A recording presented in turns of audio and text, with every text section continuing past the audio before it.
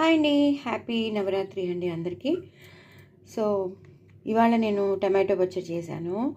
So so చాలా చాలా బాగా వచ్చింది. ఎంత బాగా వచ్చిందంటే టమాటో పచ్చడి, ఇందులో ఉల్లిపాయలు వేయలేదు, వెల్లుల్లిపాయలు వేయలేదు.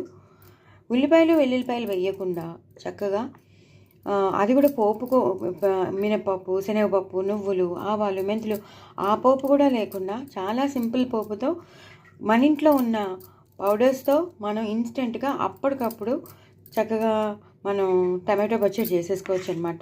ఎంత బాగుందో టమాటో పచ్చడి.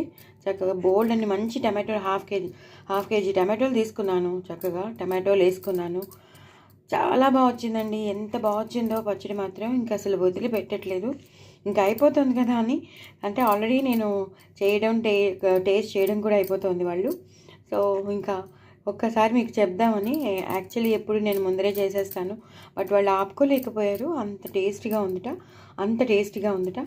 సో మీరందరూ కూడా మనం కూడా చేసేసుకోవచ్చు హ్యాపీగా. మీరేంటంటే జస్ట్ చిన్ని సింపుల్ పోపుతో నేను అందుకే దీని రెసిపీ నేను మీకు షేర్ చేస్తున్నాను. సో ఆ చిన్న రెసిపీ మీరు ఏదో చూసేసారనుకోండి ఎలా చేయాలో, వెంటనే మీరు చేసేసుకోవచ్చు. ఏం వెల్లుల్లిపాయలు వేస్తేనే పచ్చడి అనుకోక్కర్లేదు, ఆ ఫ్లేవర్ వస్తుంది అనుకోక్కర్లేదండి. వెల్లుల్లిపాయలు లేకపోయినా కూడా మనం ఈ పూజలు ఉన్నప్పుడు మనం అలాంటివన్నీ వెయ్యం కదా.